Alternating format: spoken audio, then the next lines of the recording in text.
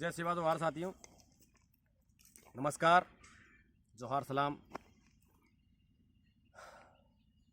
आज हम आपसे बात करने जा रहे हैं 15 नवंबर का दिन है। आज 15 नवंबर को एक बहुत बड़े राष्ट्रदूत, क्रांतिकारी, जो आदिवासी क्रांति योद्धा थे, जिन्हें दुनिया धरती आबा के नाम से जानती है, बिरसा मुंडा, उनकी आज जयंती है। बिरसा मुंडा जी की जयंती पर आज हम आपसे विशेष चर्चा करने जा रहे हैं एक चीज़ के बारे में। पहले आज की तरह लोकतंत्र और जनतंत्र नहीं था, जनता की सरकार नहीं थी। पहले राजा हुआ करते थे और उनके कारिंदे थे, साहूकार सेठ लोग थे। तो वो हम जैसे इंसानों से, किसानों से बेगार करवाते थे। बेगार बोलते हैं हम, बिना पैसे के श्रम करना। अच्छा, श्रम के एवज में कुछ भी नहीं मिलता था। तो उस समय जब बिरसा मुंडा जी का जन्म हुआ 1875 में, उन्होंने अपने आसपास के वातावरण को देखा, समसामयिक परिस्थिति को देखा। उनके माता पिता मजदूरी करते थे, आज यहाँ मजदूरी की, कल वहाँ की। तो वो उन्होंने जो बचपन बिताया था वो घुमक्कड़ बिताया था। समझ रहे हो आप बात को? एक स्थान से दूसरे स्थान पर जाना, पलायत होते रहते थे वो। क्यों? उस समय खुद की प्रॉपर्टी हुआ नहीं करती थी। जो हमारी ज़मीनें थी वो साहूकारों के अंडर में थी। हमारी कोई ज़मीन नहीं थी, क्योंकि बात उस समय थी कि साहूकारों को हम कमा के देते थे। टैक्स बहुत ज़्यादा था। अंग्रेजी हुकूमत का जो टैक्स था वो हम पे चुकता नहीं था। साहूकार कुछ ले जाते थे। मतलब कहने का मतलब ये, किसानों की स्थिति बहुत दयनीय थी। तो इस दयनीय स्थिति को देखते हुए बिरसा मुंडा जी ने एक आंदोलन छेड़ा था कि कर नहीं दिया जाएगा। हमारी ज़मीन में जब हम पैदा कर रहे हैं तो उसका कर किसको दें हम, और क्यों दें? जब हम खुद हमारी ज़मीन के मालिक हैं, हम किसी और को कर क्यों दें? बिरसा मुंडा जी ने बचपन से ही लोगों को जागृत किया था। कुछ उनका व्यक्तित्व इस तरह का था कि लोग उनके साथ जुड़ते थे। और जब धीरे धीरे लोग जागृत हुए और लोग जुड़ना चालू हुए तो अंग्रेज हुकूमत ने उनको गिरफ्तार कर लिया। 2 साल जेल में पट के रखा।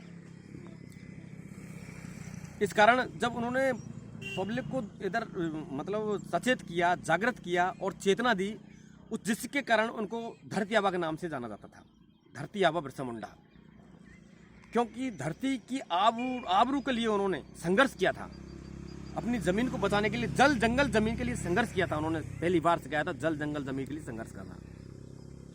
ये हमारी जल जंगल ज़मीन पर हमारा अधिकार था।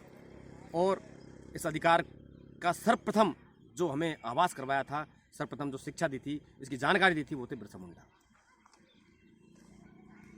आज उनका जन्मदिवस है, जयंती है। तो साथियों, मैं बताना चाहूँगा, झारखंड जिस दिन अलग राज्य का निर्माण किया था झारखंड का, उस दिन 15 नवंबर था। 15 नवंबर हमारे बिरसा मुंडा जी को सम्मान देने के लिए झारखंड राज्य का निर्माण कर 15 नवंबर को किया गया। ये हमारे बिरसा मुंडा जी के लिए बहुत बड़े सम्मान की बात है कि एक राज्य का निर्माण उनके जन्म दिवस पर किया गया। और बिरसा मुंडा जी को उनके जो व्यक्तित्व है उसके लिए जाना जाता है कि उन्होंने किस तरह किसानों के लिए और आदिवासियों के लिए संघर्ष करना सिखाया। उन्होंने जन चेतना जागृत की।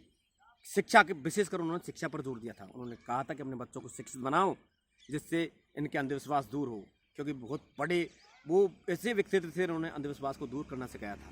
मुंडा जनजाति में उसमें बहुत से अंधविश्वास थे जिनको उन्होंने दूर किया था। छोटा नागपुर जो एक पठारी क्षेत्र है, छोटा नागपुर में उन्होंने क्रांति लाई थी। और छोटा नागपुर की क्रांति बहुत फेमस थी, बहुत ही ज़्यादा प्रसिद्ध थी।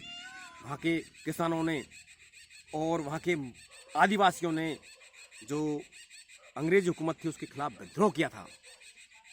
उस विद्रोह की देन थी बिरसा मुंडा। बिरसा मुंडा के कारण ही जनचेतना आ पाई। किसान अपने हक और अधिकारों के लिए समझ सके, उनके अधिकारों के लिए जान सके। साथियों, हम आज